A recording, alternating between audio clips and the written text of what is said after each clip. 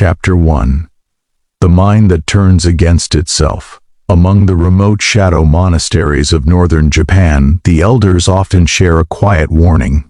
A warrior's greatest threat is rarely the opponent before him, but the unrest moving inside his own mind. Teeshi never understood this until the night before the winter selection trials, an ordeal that determined who could join the elite order hidden high in the mountains. His body was ready. His sword had been sharpened to perfection. His stance was firm, his movements practiced to exhaustion. Yet beneath the dim lantern glow, something far more dangerous stirred inside him. His thoughts sharpened like hidden blades, unforgiving, relentless. What if I fail again? What if they see I'm unfit? What if my mind collapses like before? Teeshi gripped the wooden table, forcing breath into his lungs. But the storm inside him only intensified. The silence of the room contrasted with the noise in his head. Then a voice drifted from the doorway. "Your blade is honed, Teeshi, but your mind is dull." An elderly monk stepped forward. His robes were worn like frost-washed cloth. His eyes held an incredible stillness, not emptiness, not detachment, but mastery. "Who are you?" Teeshi asked. The monk did not answer. He simply raised a finger and tapped Teeshi's forehead. "This is where every battle is lost." Teeshi swallowed. "I try to control my mind." "Control?" the monk repeated. "You control nothing. A thought rises, your heart surrenders. Another comes, your breath falters. The mind commands and you obey." He stepped close enough that Teeshi felt the weight of his presence. "There is an old discipline," the monk whispered, "a path taken only by those willing to confront the disorder within. A method so feared that even seasoned warriors avoided it." Teeshi leaned forward. "What method?" The monk smiled, softly but with knowledge. "Corrosion, the black mind. Not for the curious, not for the ambitious, only for those who are strangled by their own thoughts and ready to break free." Something shifted in Teeshi. Not boldness, not bravery. Clarity. He realized his true enemy had never been another man. It had always been the voice inside him. He bowed his head. "Teach me." The monk turned and gestured into the darkness. "Then follow. Your first lesson begins in silence. Not around you, but within you." Teeshi stepped after him, unaware he had entered the most perilous training of his life, the battle to govern his own mind. Chapter 2. The Chamber of Echoes. They moved without speaking. The monk led Teeshi deep beneath the mountain temple, down narrow stone corridors touched only by thin bands of moonlight. The air grew colder, until all Teeshi could hear was the sound of their footsteps and the soft whisper of robes. They stopped at an old wooden door scarred with time. "No candles, no sound, no distraction," the monk said. "The first gate of Corrosion." He slid the door open. Darkness swallowed the entire room. No mat, no lantern, nothing. "Meditation?" Teeshi asked. "I've done this before." The monk's eyes sharpened. "You have sat, you have endured discomfort, but you've tried to empty the mind like a child scooping at a river with his hands." He pointed into the void. "Here, you will do the opposite." Teeshi frowned. "What am I supposed to do?" "Listen," the monk said, "to the echoes." Teeshi stepped inside. The door slid shut, and the world disappeared. At first there was only his breath, unsteady, uneven, and the faint pulse in his chest. Then the thoughts surged. "This is useless. What if I'm wasting time? What if the trials begin and I'm unprepared?" Every itch, every sound, every shift in the darkness felt amplified. Minutes stretched, maybe hours. The harder he tried to silence his thoughts, the louder they screamed. Old memories rose, shame, fear, words that still cut. The darkness magnified all of it. "Stop thinking," he demanded silently. The storm only worsened. But then, beneath the chaos, a small question surfaced. What if I stopped trying to stop it? He released the tension in his jaw, let his shoulders drop, allowed every thought to swirl freely. He noticed something surprising. Every thought had a pattern. It arrived, lingered, faded. They stayed only when he pushed, resisted, or argued. The darkness hadn't changed, but Teeshi had. The noise was still there, but now he was watching it instead of drowning in it. "So this is the echo," he whispered. It struck him like a quiet revelation. His thoughts were not him. They were leftover impressions, old reactions replaying themselves. The door finally slid open. Light sliced across the floor. The monk watched him closely. "What did you hear?" he asked. Teeshi stood. "Everything," he said. "But for the first time, I understood it wasn't all true." The monk nodded. Corrosion begins not with silence, but with separation. Only when you see the mind's noise as noise can you begin to lead it. Chapter 3. Kokurokiri, the first cleave at dawn. The monk guided Teeshi to the cliff overlooking the valley. Winter muted the colors below. Wind tugged at their robes. "Your issue," the monk said, "is not that thoughts appear. It is that you chase everyone like a hound after a thrown stick." He pulled a strip of cloth from his sleeve. "This is the heart, Kokoro." He tossed it into the wind. It tumbled and twisted, drifting wherever the air carried it. "This is how people live," he said. One word, one doubt, one glance. He snapped his fingers, and their inner world collapses. Teeshi watched the cloth vanish. "How do I stop that?" "With the first cleave," the monk replied. Kokurokiri, the cutting of reaction. He placed a hand on Teeshi's chest, then his forehead. "Thought, feeling, body, action. This is the usual chain." He lowered his hand to Teeshi's lower abdomen. "From now on, when stress strikes, begin here, with breath." He demonstrated slow inhale through the nose, pause, longer exhale. "When fear or doubt surges, do not argue, do not fight, use 3 breaths, every single time." Teeshi frowned. "Just breathing?" "Warriors in battle had no time for lectures," the monk said. "They relied on one tool that never failed. This is yours." He leaned in. "A thought is a spark. Reaction is dry grass. Kokurokiri clears the field before flame reaches it." He gestured toward the valley. "Every choice down there is ruled by unseen reactions. Fears, assumptions, insults. Lives bend around them without awareness." He turned back to Teeshi. "You want to direct your mind? Then begin here. Do not let a thought move your body before it passes through the breath." Teeshi inhaled, paused, exhaled. He didn't feel calmer. He felt like he had severed something.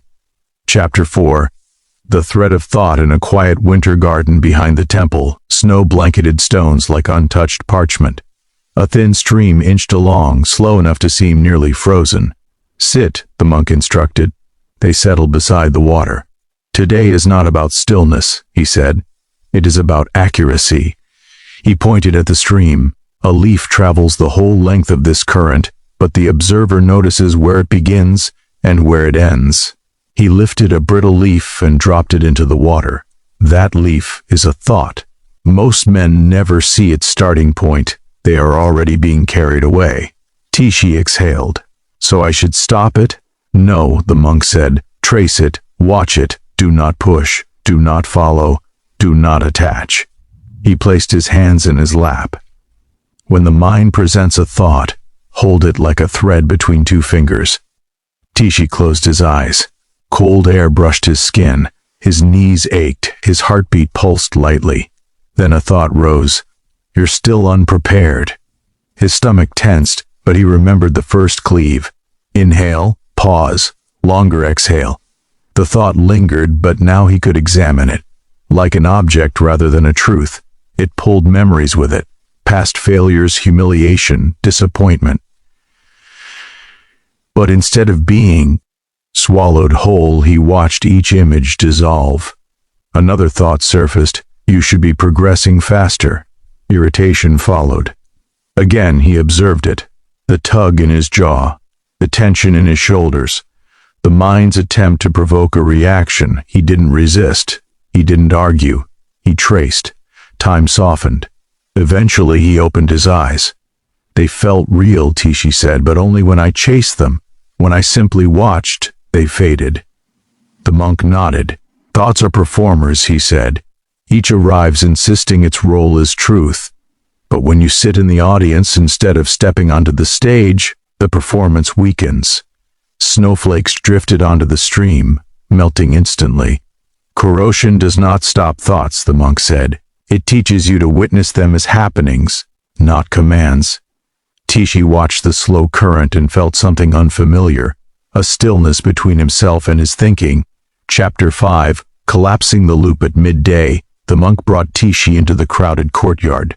Students sparred, wooden swords cracked, voices echoed. Perfect, the monk said. Chaos reveals what silence hides. A novice collided with Teeshi before dashing off. A jolt of tension shot through him. There, the monk said. The loop has begun. What loop? The monk drew a circle in the air. Thought, feeling, body, reaction, more thoughts. A cycle that rules a man before he realizes. Inside Teeshi, the spiral tightened. You're behind. You're going to fail. Corrosion trains in noise, the monk said. 3 steps. Interrupt. Replace. Anchor. Teeshi nodded. First, interrupt. Teeshi flicked his thumb against his middle finger. A sharp click. Good, the monk said. Second, replace the loop with direction. Teeshi whispered what felt natural, one action now. Simple, the monk said. Forward. Third, he added, guiding Teeshi's hand to his lower abdomen, anchor the body. 3 breaths. When the body steadies, the loop weakens. The courtyard roared around them. A sword clattered to the ground. Someone shouted in frustration. More thoughts hit Teeshi. You'll freeze like before. You're not improving. Everyone sees your weakness. Click. One action now. Breath. Breath. Breath. His posture rose. The noise pulled at him, but it no longer dictated his movement. The loop wanted to choose for you, the monk said. You chose instead. Teeshi flicked his fingers again, not out of fear, but clarity. For the first time, he felt his mind loosen its grip. Chapter 6. The dark mirror that night. The monk led Teeshi to a hall dimly lit by a single oil lamp. At its center stood a bronze mirror clouded by age. Sit, the monk instructed. Teeshi faced the blurry reflection, fatigue around the eyes, doubt hiding in the margins. The weight felt heavier than sword training. This is the next gate, the monk said. Not silence, not breath. Truth. Truth about what? Teeshi asked. Yourself. The monk stood behind him. You've severed reaction. You've broken loops. But you still fear the image your mind creates of you. He gestured at the mirror. Tonight, you confront it. 3 steps. He lifted a finger. Name it. My mind is offering me this thought. A second finger. Deflate it. This may not be true. A third. Redirect. What would my future self do? Do that. Teeshi turned toward the mirror. The first whisper surfaced immediately. You look unsure. He breathed. My mind is offering me this thought.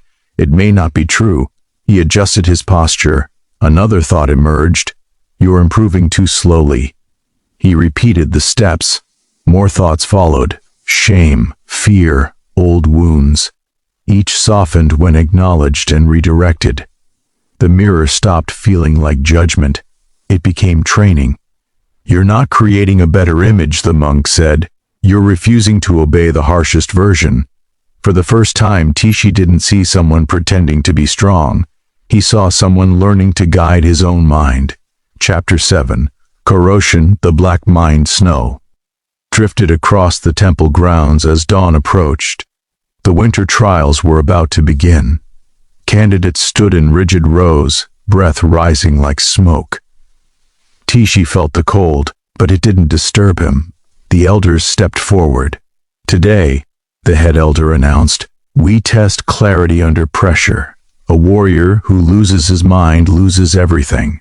A narrow wooden beam stretched over a shallow ravine. Instructors below prepared to shout distractions meant to break concentration. Teeshi watched two students fall, not from imbalance, but from panic. Then his name was called. As he approached the beam, an old voice rose inside him. "You'll slip. You always slip." A jolt hit his chest. Click, breath, pause. Longer exhale. The thought loosened its grip. He stepped onto the beam. Voices erupted from below. "Too slow. He's hesitating. Look at him. He's unsure." The words tried to claw at him, but he traced each thought that surfaced. "They think I'll fall. They're judging me. I can't fail again." Click. One action now. Breath, step. Wind pushed him. His body adjusted. His mind drifted to last year's humiliation. Click. Breath, step. He reached the far side. No triumph, just awareness. The remaining tests were harder. Moving targets, sudden commands, physical puzzles, disrupted surroundings. Teeshi's body trembled from cold and exhaustion, but his inner stability held. A thought appeared. He named it. Fear surged. He cut it. Anger rose. He redirected. Confusion thickened. He anchored. He moved through the chaos like someone walking through weather, affected but not controlled. When the trials ended, the elders gathered. "Many faltered today," the head elder said. "You did not surrender your mind. That is rarer than strength." Afterward, the monk approached him. "You have not mastered Corrosion," he said. "No one truly does. But you have crossed its threshold." Teeshi looked across the training grounds, remembering the version of himself who used to drown in his own thinking. "What is Corrosion really?" he asked. The monk smiled, gently, knowingly. "Corrosion is a story I created," he said. "A tool to help you understand what a disciplined mind becomes. There is no hidden sect, no forbidden skill." He touched Teeshi's chest. "The black mind is symbolic. It means a mind unafraid of its own noise, deep, steady, unbroken." He stepped back. The power was never in the technique. It was in you learning to direct your thoughts. Teeshi inhaled slowly, steady, intentional, chosen. For the first time, he realized he was no longer defined by the first story his mind offered. He was choosing the next one.